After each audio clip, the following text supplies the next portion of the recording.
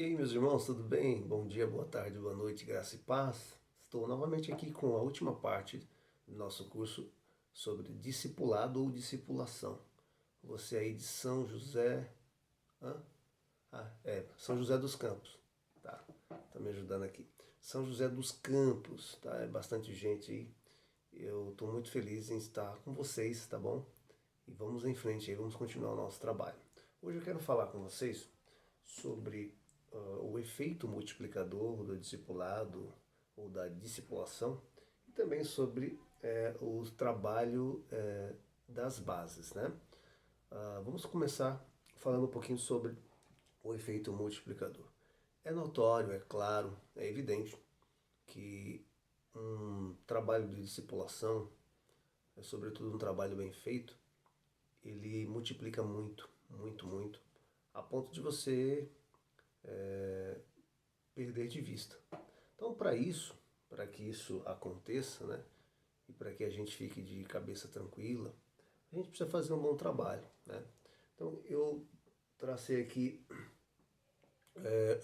um subtópico, nesse tópico aqui, efeito multiplicador. O subtópico é: comece com poucos.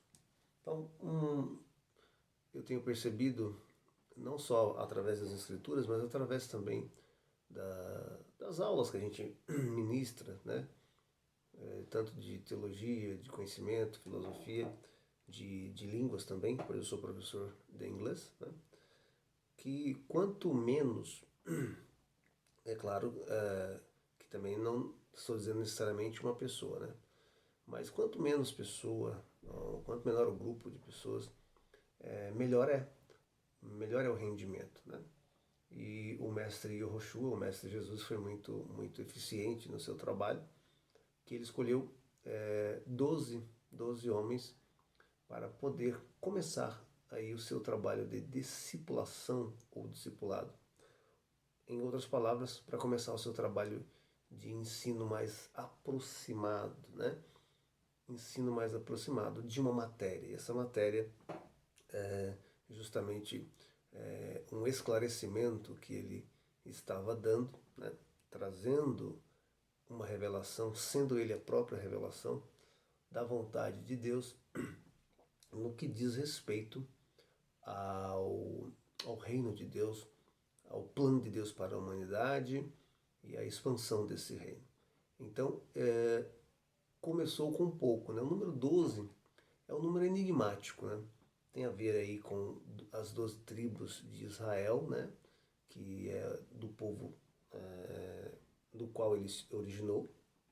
Tem a ver aí, tem uma série de estudos aí, se nós formos nos aprofundar de numerologia, que justifica, né, o porquê desses números, né? A Bíblia fala muito de números 4, 7, 6, 12 e por aí vai. Então a gente não vai entrar nesse detalhe. 3 também, né, referente à Trindade.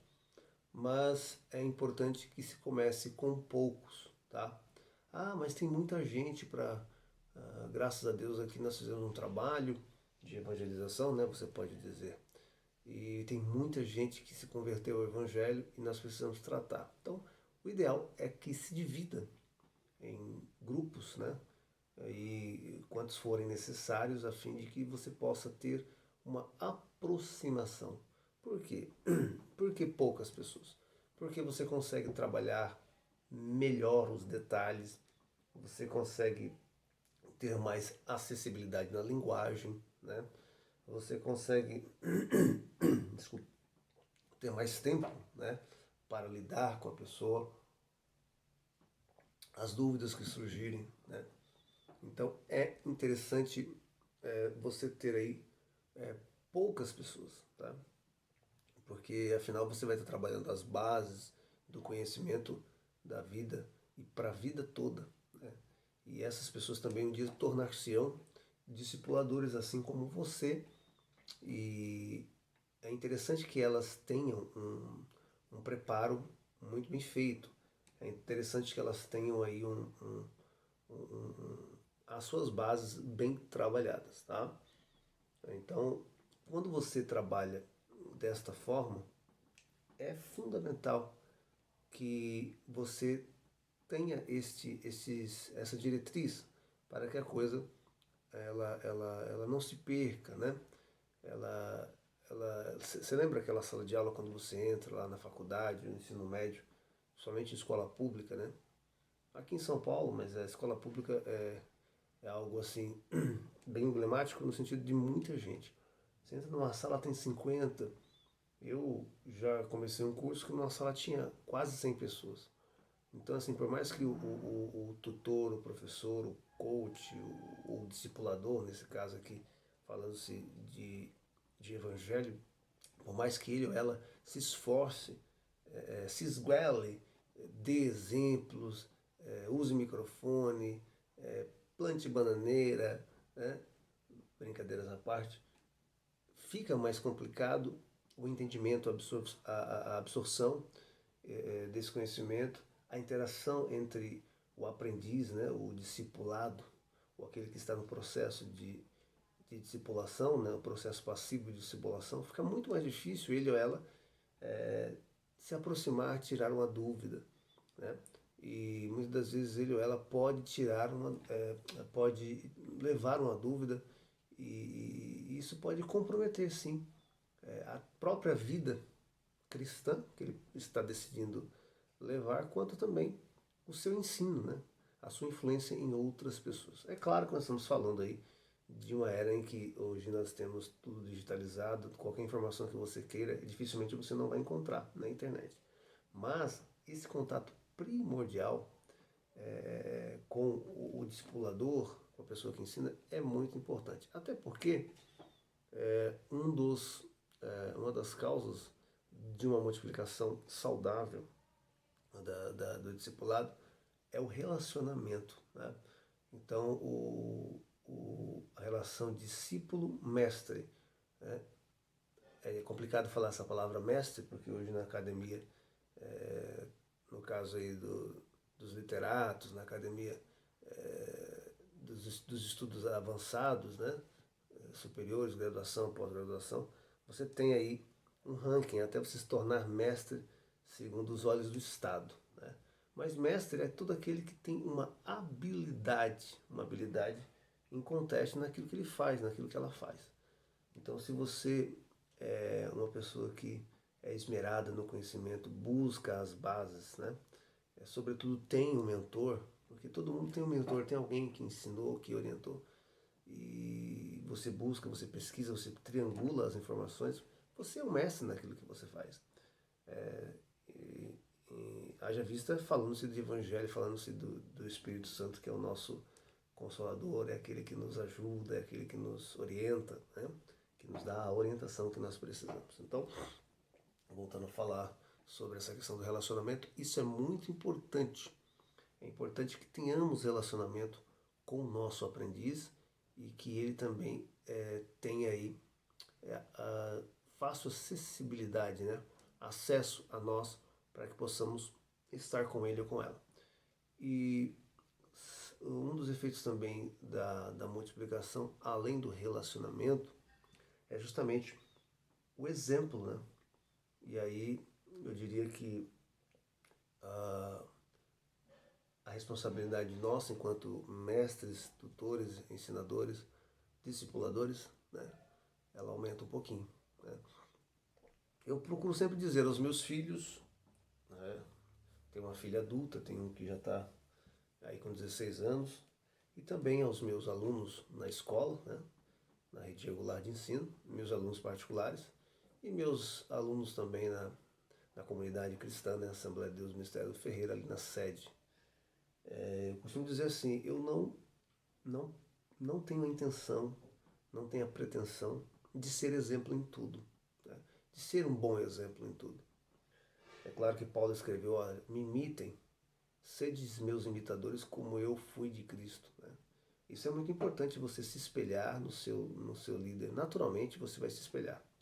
Mas como já somos adultos, não somos uma criança em termos biológicos, né, cronológicos, nós temos um discernimento mais rápido, mais fácil, né, em saber distinguir aí o certo do errado. Então, obviamente, o seu tutor, o seu mestre, o seu discipulador, ele vai errar. Às vezes ele pode errar tanto no comportamento, quanto numa citação bíblica, quanto se embaraçar nas palavras. Só que você vai ter o discernimento, você já é adulto, você já é adulta, né? Se você não é adulto, é adulto, você já é um adolescente, porque a discipulação ela tem várias áreas, né? E várias faixas etárias.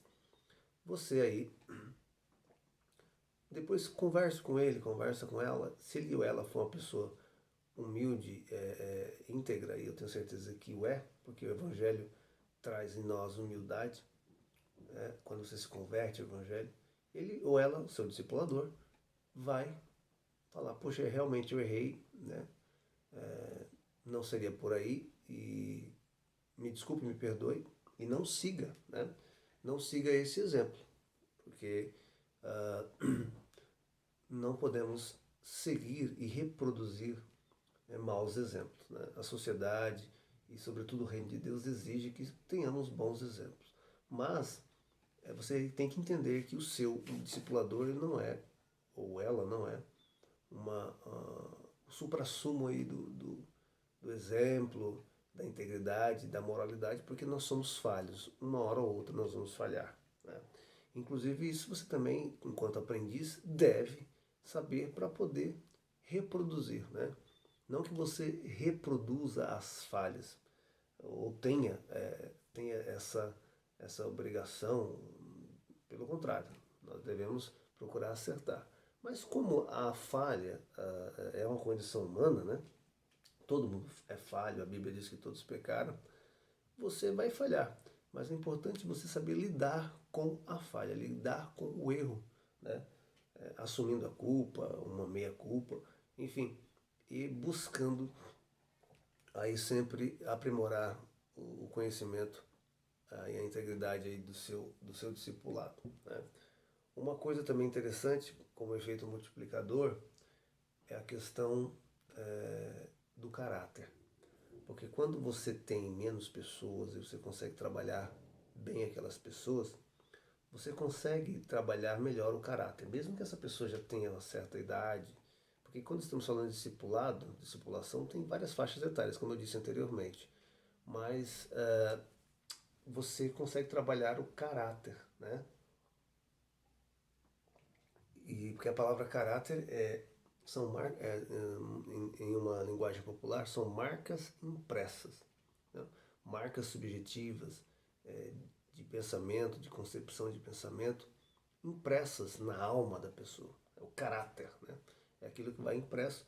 E esse caráter nosso é moldado o tempo todo, a vida toda.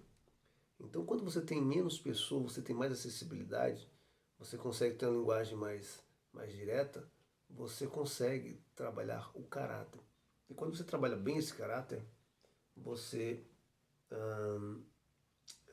e por isso é necessário que seja com poucas pessoas, você vai ter a condição de multiplicar isso de uma maneira mais assertiva, de uma maneira mais pontual, né? Uma maneira mais direta, né? Do que com muitas pessoas, com muitas pessoas. É claro que Jesus Cristo, as escrituras dizem que muita gente seguia ele de longe, né? Mesmo ele tendo os 12 discípulos que se tornaram apóstolos, né? Falei o nome deles aqui: Mateus, Marcos, João, Tomé, enfim, Tiago, Pedro, Simão, Felipe, Bartolomeu, enfim. Mesmo que tinha esses homens, também tinham outros que seguiram de longe, né? Seguiam de longe, estavam onde eles estavam, mas de longe, não se aproximavam muito. E com certeza essas pessoas aprendiam, né? Hoje em dia você tem pessoas que você admira o pensamento como cristão ou não, pela internet, né? É claro que isso é um risco maior, porque às vezes você está sozinho, não tem quem te dê uma orientação cristã, espiritual, mas é necessário que você esteja atento enquanto aprendiz, esteja atento aí ao seu tutor, e sempre, gente, sempre fazendo igual os cristãos de Bereia, da cidade de Bereia, onde Paulo foi. Quando Paulo foi ensinar lá, os cristãos de Bereia sempre analisavam de acordo com as escrituras. Paulo falava, tá, eles iam às escrituras para buscarem aí uma base, buscarem uma referência, buscar aí uma prova daquilo que Paulo estava falando. Porque nós não devemos acreditar em tudo que a gente ouve, por melhor que seja o discurso, por mais elaborado que seja a fala, né? Por mais sentido que faça a linha de raciocínio, nós precisamos tomar cuidado. Então é interessante a gente buscar aí a fonte, e a fonte é a palavra de Deus, é a Bíblia Sagrada que está aí para mim e para você, tá bom? Último, e por último não menos importante, quero falar sobre o trabalho da base. O discipulado é um trabalho de base. As escrituras dizem, olha, ensina o menino, né, a menina no caminho que se deve andar, e quando crescer eles jamais se desviarão. Tá? Você percebe aí que quando você vai evangelizar pessoas de uma cultura oriental, de uma cultura mais disciplinada, dificilmente essa pessoa consegue ela vai te ouvir, né, sem argumentar. Alguns deles nem vão ouvir, né? Mas quando ela argumenta em cima de princípios que ela tem, né? Os princípios são universais, tá?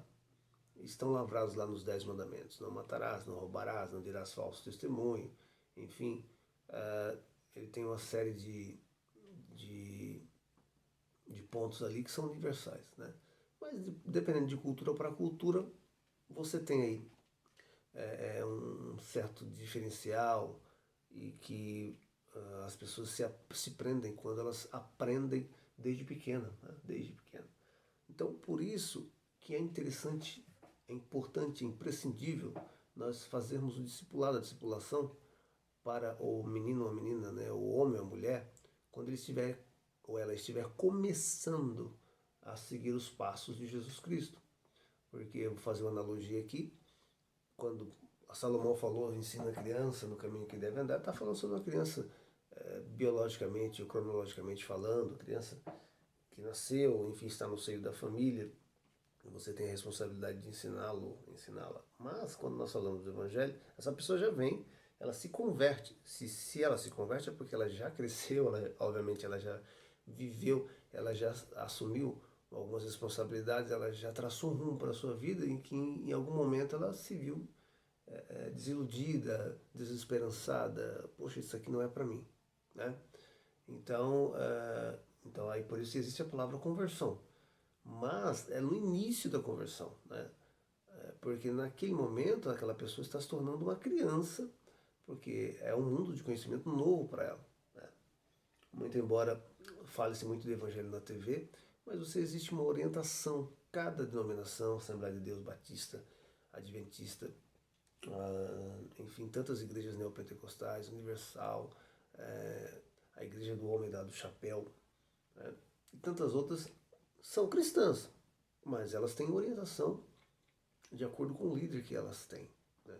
Então, uma vez que a pessoa está se convertendo agora, e sobretudo agora que estamos fazendo um curso bem direcionado à Assembleia de Deus do Ministério Ferreira, a Assembleia de Deus do Ministério do Ferreira tem sua história, tem a sua tradição. Inclusive eu criei um material todo apostilado falando sobre isso, que vai ajudar você formar o seu aprendiz numa, numa, numa determinada orientação dentro do cristianismo, né?